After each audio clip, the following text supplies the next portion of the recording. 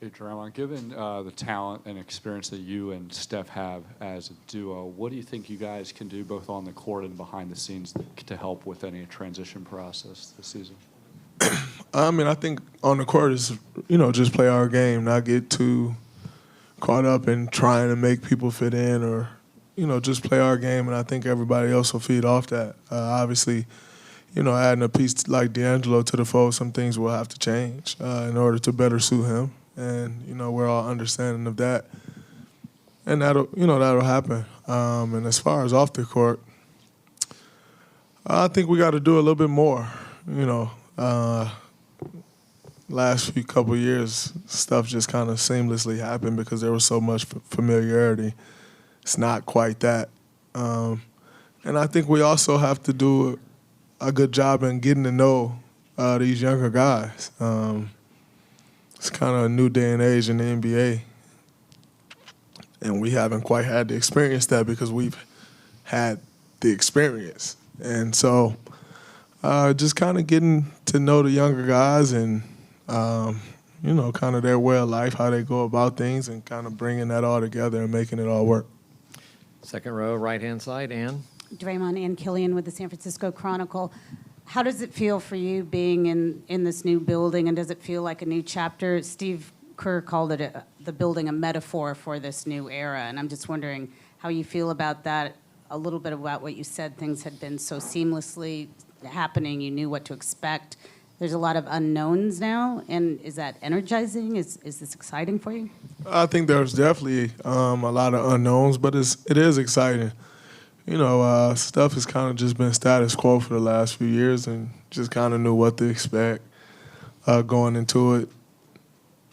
And it's pretty much just been that. It's a new challenge now, which is as a competitor is very exciting. Like we've been to the mountaintop with the previous group, and we know how that feels. Now, can you do it again? Can we bring this team together and get back there? I think that's the most important thing, and I think that'll be our focus moving forward.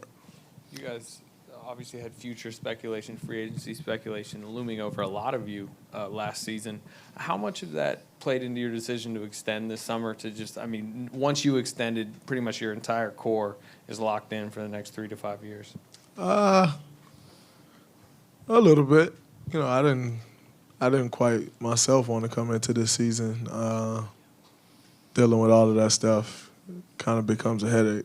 So I definitely played a little part in it, and just understanding what was best for myself and my family and for this organization. I think I've said a million times now I want to be here for my entire career.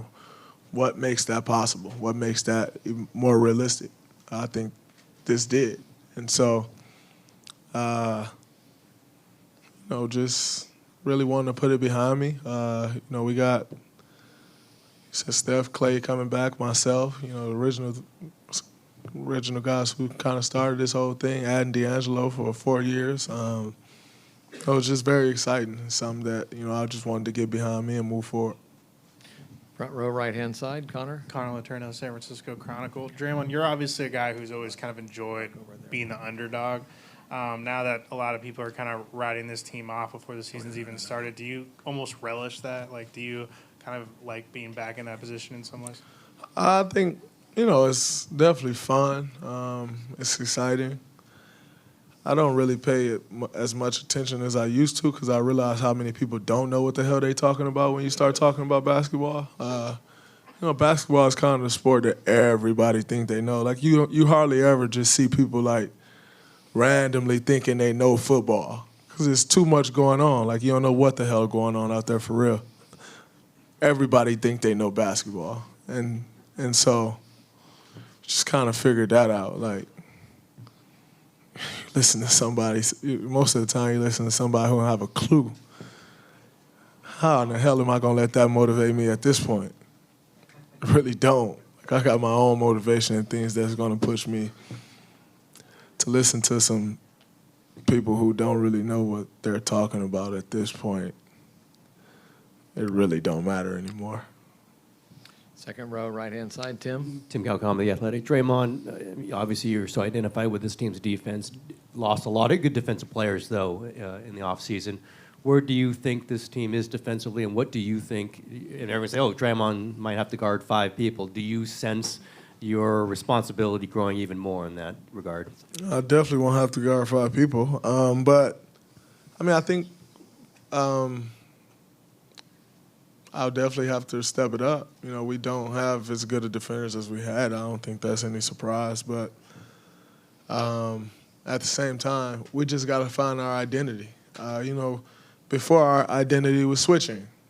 That may not be our identity anymore. We got to figure out, and sure we'll kind of toy with different things throughout the preseason and kind of figure out what works best for this group. But I don't think it'll just be your typical status quo. Somebody's coming off screen and roll switch, you know, or, you know, how we've been playing in the past, because it's not the same team, it's not the same personnel. So we just got to figure out what it is. And once we figure that out, we'll be fine. Far back left-hand side, Ron. Hey, Draymond. A lot has been made about the leadership roles that the team needs, and who's going to fill them and how you're going to fill them. But how do you manage that so you don't become overwhelmed by it? And the second part of that is, how does the Spartan get through to the Wolverines on this roster? Well, man, I mean, you know, just like any other year, I don't think there's just going to be one person who leads this team. You know, I lead in the way that I lead. Steph leads in the way that he leads. It may not seem like it, but Klay leads in the way that he leads. You know, and, you know, that's important, you know, for us to continue doing that. And, I have no doubt in my mind that we will, and we'll be just fine. How many Wolverines on the roster? 2?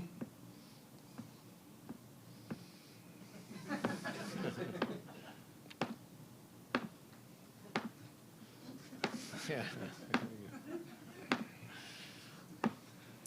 I don't really think much about Michigan Wolverines, honestly. So I'll manage those players as warriors. But, you know, being a Wolverine holds no weight here. It's nothing. Front row, left-hand side. Janie. Hi, Draymond. Janie McCauley from AP. Hey, Steph was in here. Good to see you. good to see you too. Okay. Steph was in here a minute ago and said he'd rather not be called the old guy, but elder statesman is very respectful. Is it pretty amazing that he is the oldest guy on this team? And what do you have to say? What will you call him? And also, would you like to play in the Tokyo Olympics? He's not old. It's like, he's 31. He's getting old. I think we all getting old, but he's definitely not old. But it's really funny to me just to, you know, see Steph as the oldest guy on this team, and then I think it's Klay and myself after that. Not too long ago, we were the youngest guys on the team. And so it's, you know, pretty interesting turn of events. But it's fun. It's exciting. You know, I think when you're putting a team together, that's kind of how you envision it going. You want to start with some younger guys, and you want to grow with them. And as they get older, and you kind of start to bring in a new wave and, you know, start to prep guys to get ready to take the reins. And that's kind of how this is going. I think that's a great sign. That means that there's been a pretty good amount of success if you're still trekking along with those guys. So I think that's great. And as far as the Olympics, I definitely want to play in the Olympics next year. I'm actually kind of planning my wedding around it, so hopefully I make the team. And I'm not cutting out so many dates to not make the team. We'll see. But I do want to play. Front row, left side, Monty. Monty Poole, NBC Sports Bay Area. Draymond, you've been accustomed to having Andre and Dot around here because they just part of the fabric. They're gone now, and I'm just wondering, how is the vibe different, or do you already already feel that, or is that just going to take some time to adjust to them guys not being around, and what do they bring? Well, I haven't really been here, so I don't really got the vibe yet. But what I can tell you is from what I have seen is it's definitely different. Andre and Shaun's super old. But they were just kind of that stabilizing force for us. Those guys who we can go to about anything. Like they've been through everything, whether it was basketball, whether it was injuries, whether it was family, investments. Like they were just those, or whether Steph, Klay, and I out there running rampant and they just come in and calm us down. Like whatever it was, we could kind of turn to them for anything. We don't really have that anymore. We'll have to be those guys. And so it'll definitely be different. We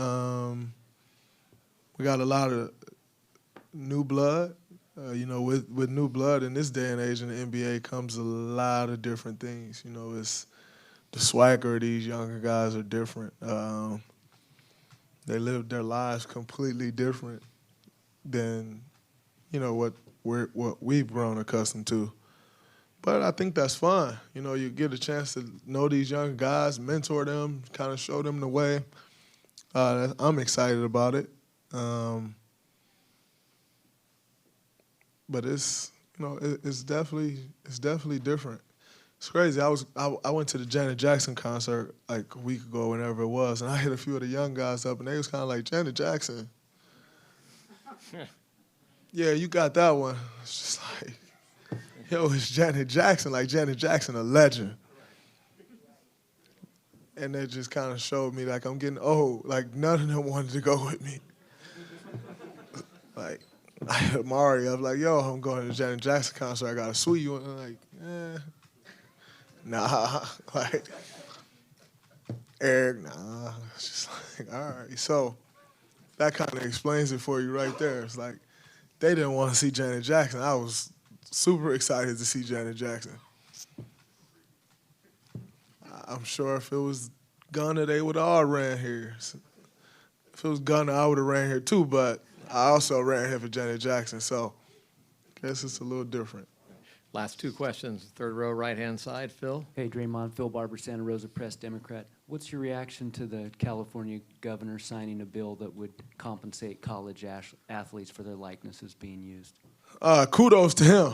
Governor Newsom, I think he's been doing some great things since he's taken over in office, and this is just another one of those great things that he's done. I think it'll definitely help move the needle. When you start talking the state of California and how much weight this state holds, for this state to be the first to do that, it's very special. And, as a former college athlete, that's exciting. You spend so much time in college broke and with no money, and yet everybody else was living very well. The university's making a ton of money off your likeness. I mean, it is the most, I think he used the word bankrupt model.